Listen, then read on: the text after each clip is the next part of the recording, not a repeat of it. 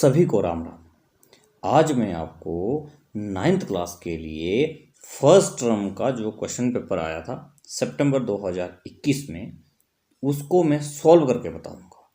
क्योंकि इससे पहले जो प्रश्न पत्र आए थे, इससे पहले जो पेपर होते थे उसमें दो प्रश्न आते थे, पहला ज्योमेट्री का और दूसरा स्केलेटन का।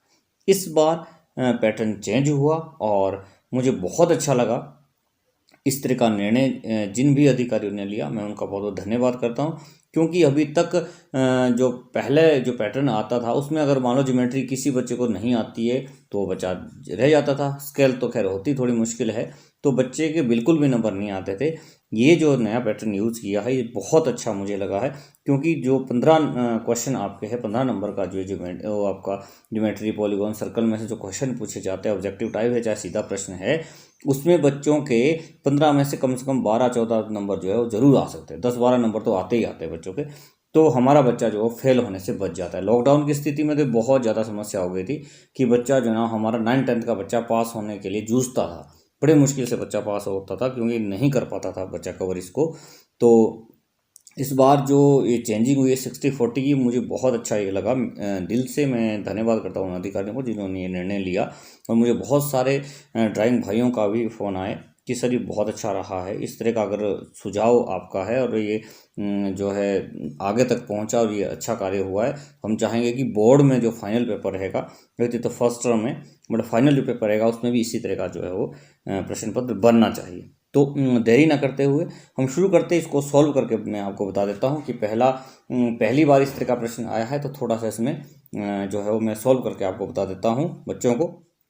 तो बच्चों, भाग क में जो पहला प्रश्न आपके लिए आया था जिसमें लिखा गया था कि ये जो छांटने वाले प्रश्न है, ये 10 प्रश्न जो पहले थे ये आधे आधे नंबर के थे और टोटल मार्क्स के जो 5 नंबर थे। तो पहला प्रश्न मैं आपको पढ़ के बता रहा हूँ और मैं ऑप्शन भी साथ साथ बताता हूँ। और जो प्रश्न मुझे ऐसा लगेगा कि थोड़ा इस पर आपने विस्तार से देखना है, विस्तार से इसको पढ़ना है, उसका मैं आपको पेज नंबर भी बता दूंगा कि आपकी बुक में किस पेज पर है। ये मैं क्लियर कर रहा हूँ कि ये जो आपका प्रश्न है वो आपकी बुक से ही लिया गया, आपके सिलेबस से ही लिया गया है। तो चलो शुरू करते हैं। पहला जो आपका प्रश्न था कि चौड़ाई रहित लंबाई को क्या कहते हैं, तो इसका आंसर है पहला, रेखा।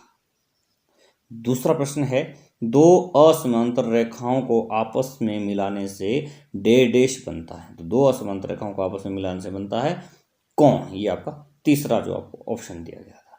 तीन भुजाओं से घिरे हुए क्षेत्र को क्या कहते हैं। तीन भुजाओं से घिरे क्षेत्र को हम त्रिभुज कहते हैं। ये भी तीसरा ऑप्शन आपको दिया गया था। अगला है, ऐसी आकृति जिसके चारों कोण और चारों भुजाएं समान हो, तो वो क्या होता है, वर्ग। वर्ग में चारों भुजाएं बराबर होती है और चारों कोण भी उसके बराबर होते हैं। तो ये आपका ऑप्शन जो था वो ऑप्शन नंबर 2 इसमें दिया गया था, वर्ग। अगला है, जिस वस्तु की लंबाई, चौड़ाई और मोटाई होती है उसे डैश कहते हैं। तो उसे हम क्या कहते हैं, पिंड। पिंड में जो है वो ये तीनों माप दिए होते हैं। तो ये आपका ऑप्शन नंबर था 3।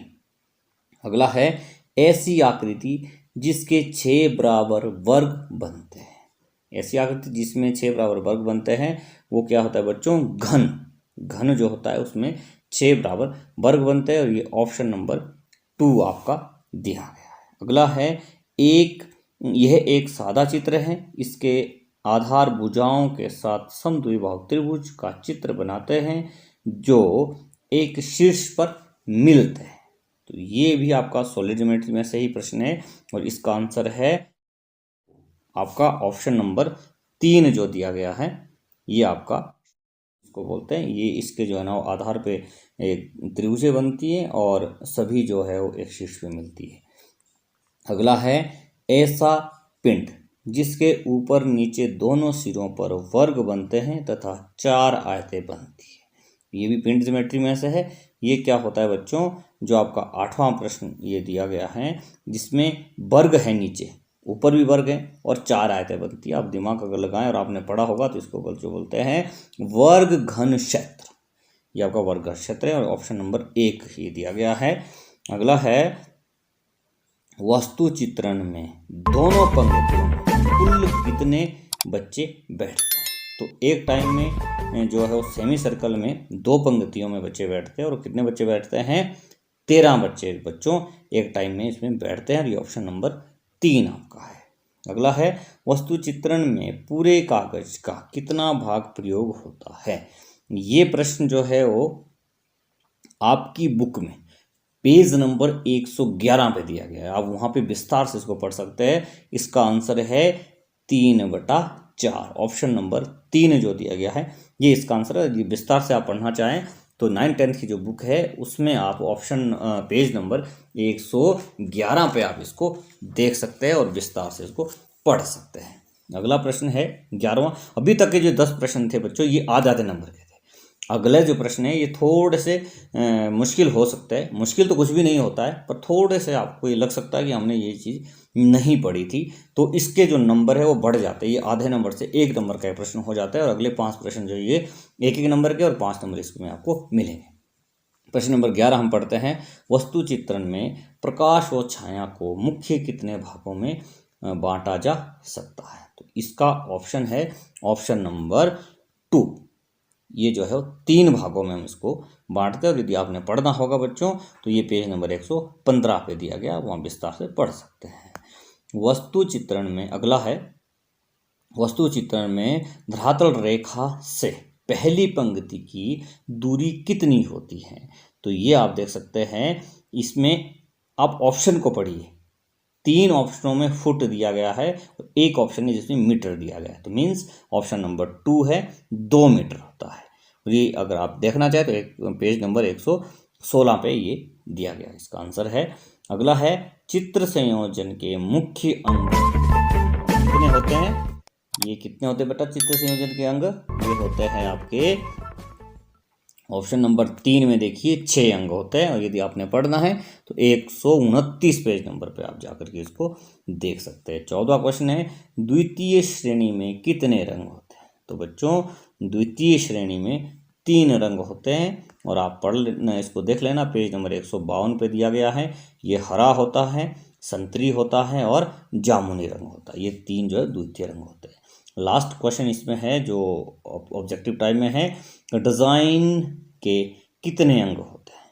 ये आप जो ऑप्शन आपके लिए इसमें दिया गया है पहला 5, डिज़ाइन के 5 अंग होते हैं। और यदि आपने विस्तार से पढ़ना होगा तो पेज नंबर 151 पे दिया गया है बच्चों, आप वहाँ पे जाकर इसको विस्तार से पढ़ सकते हैं। ये हमारा जो है वो ऑब्जेक्टिव टाइप क्वेश्चंस का था, ये हमारा कंप्लीट हो चुका है। मतलब 10 नंबर आपके इसमें पक्के जो है आ सकते हैं। प्रश्न नंबर 2 दिया गया है, इसमें जो आपने उत्तर देने या क्या 2 पंक्ति में देने, मतलब ये सीधे आपसे पूछेंगे, इसमें कोई ऑप्शन नहीं है। ये भी 1-1 नंबर का एक प्रश्न है और 5 नंबर के ये आपको दिया गया है। इसमें पहला है कि विज्ञापन चित्र में कितने अंग होते हैं, उनके नाम लिखो। तो विज्ञापन चित्र में जो है वो आपके 5 अंग होते हैं और यदि आपने विस्तार से इसको पढ़ना है, लिखना है तो पेज नंबर 175 में दिया गया है। अगला है चित्रकला विषय एक बहुत ही गहन एवं विस्तृत है। इस विषय को मुख्यतः कितने भागों में बांटा जा सकता है, उनके नाम लिखो। तो ये जो है आपका प्रश्न है, इसका उत्तर है ये 2 भागों में हम इसको बांट सकते हैं। पेज नंबर 201 पे दिया गया है और ये पहला है रंजन कला और दूसरा है वाणिज्य कला, मीन्स फाइन आर्ट और कमर्शियल आर्ट जो हम बोल सकते हैं इसको। ये 2 भागों में हम चित्रकला को मुख्य रूप से बांटते हैं। पेज नंबर 201 में आप इसको विस्तार से पढ़ सकते हैं। अगला है स्केल ड्राइंग में कागज बांट करने के लिए लंबाई और चौड़ाई में कितने कितने भाग छोड़े जाते हैं। तो यदि आपको स्केल आती है, आपने कागज बांट की है, तो आप बता सकते हैं कि कितने कितने भाग छोड़े जाते हैं। तो स्केल ड्राइंग में जब आप लंबाई की तरफ कागज बांट करते हैं तो लेंथ ब्रेड काटने के बाद आप 3 भाग छोड़ते हैं, और जब आप ऊंचाई की तरफ कागज बांट करते हैं तो ऊंचाई और चौड़ाई, हाइट और ब्रेड्थ काटने के बाद आप शीट के 5 भाग छोड़ते हैं। तो ये 3 और 5 भागों में इसमें छोड़ते हैं। इसका उत्तर है। अगला है पिंड किसे कहते हैं। तो पिंड आप पढ़ सकते हैं, पेज नंबर 62 में दिया गया है, पिंड किसे कहता है, विस्तार से पढ़िए वहाँ पे। और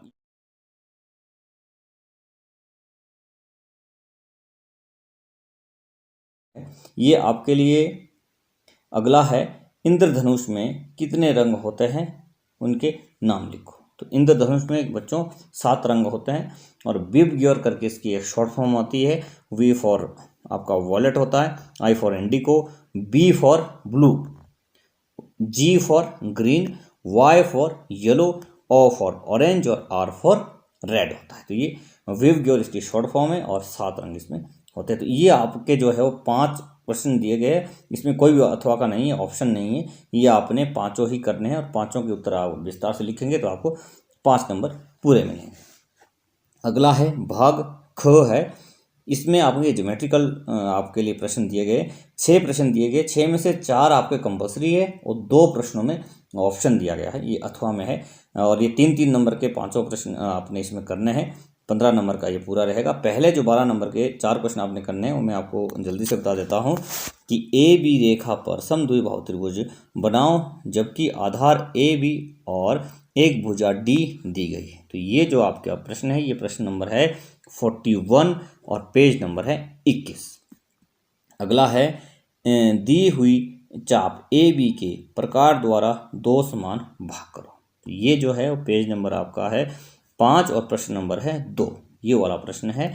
और अगला आपका तीसरा है दी हुई रेखा ए बी के समानांतर बाहर दिए बिंदु सी से समानांतर रेखा खींचो, ये पेज नंबर 8 पे और प्रश्न नंबर 9 है, ये आपके लिए दिया गया है। अगला है ए बी रेखा पर प्रकार द्वारा 15 डिग्री का कोण बनाओ। तो ये जो आपका प्रश्न है चौथा है, ये पेज नंबर 14 में दिया गया है और प्रश्न नंबर है 29। इसके बाद जो अगला प्रश्न है वो ए बी रेखा पर दिए प्रकार द्वारा 67.5 डिग्री का कोण बनाओ। यदि आपको ये प्रश्न नहीं आता तो इसमें अथवा में है, जबकि ये अगर आप 67.5 डिग्री का कोण बनाना चाहते हैं, पाँचवा जो है, तो ये पेज नंबर 15 पे है और प्रश्न नंबर आपका 32 है। यदि आप नहीं बनाना चाहते तो अगला प्रश्न जो सॉलिड ज्योमेट्री में से आपके लिए दिया गया है और ये सॉलिड ज्योमेट्री के लिए पेज नंबर 64 पे आप जाइए और प्रश्न नंबर पहला जो आपका है वो सॉलिड ज्योमेट्री में से इसमें दिया गया है। तो आप इसको कर सकते हैं, आप चाहे 67.5 डिग्री का एंगल बनाओ, चाहे आप ये आपका सॉलिड ज्योमेट्री का बनाओ, ये बराबर है। पर इसमें सिर्फ अथवा है, पहले 4 जो है आपके कंपल्सरी, इस तरह से आपके 15 नंबर का हो जाता है। मतलब 15 नंबर का ये है और 15 नंबर का आपका भाग क जो है वो था।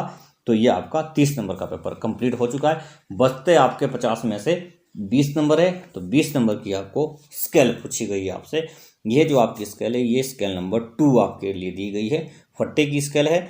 इसमें लंबाई, चौड़ाई, ऊंचाई सब कुछ आपको दिया गया है और नंबर जो है वो भी दिए गए कि एलिवेशन, साइड प्लान, प्रोजेक्शन के कितने कितने नंबर मिलने हैं, अलग अलग भी आपको डिवाइड करके बताया गया है। तो टोटल जो है ये 20 नंबर का आपका प्रश्न नंबर 4 और भाग नंबर ख दिया गया। तो इस तरह से बच्चों ये आपका प्रश्न जो है सॉल्व हो चुका है और 50 नंबर का ये पेपर था।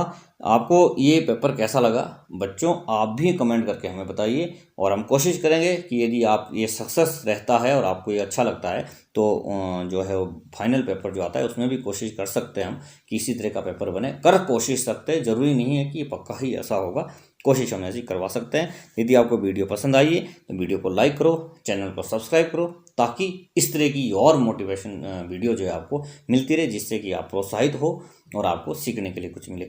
एक चीज़ और इसमें मैं जोड़ना चाहता हूँ कि यदि ये प्रश्न आपको नहीं आते या स्केल बनानी नहीं आती है तो आप मेरे चैनल ड्राइंग स्टडी पे जाकर के इन सभी प्रश्नों को जो वीडियो देख सकते हैं और वीडियो देख करके आप इनको दोबारा से सॉल्व कर सकते हैं अपने लिए, क्योंकि पेपर तो आप दे चुके हैं, वो तो चल जा चुका है, पर दोबारा आप तैयारी के लिए, अच्छे से तैयारी के लिए इसको दोबारा से पढ़ सकते, देख सकते।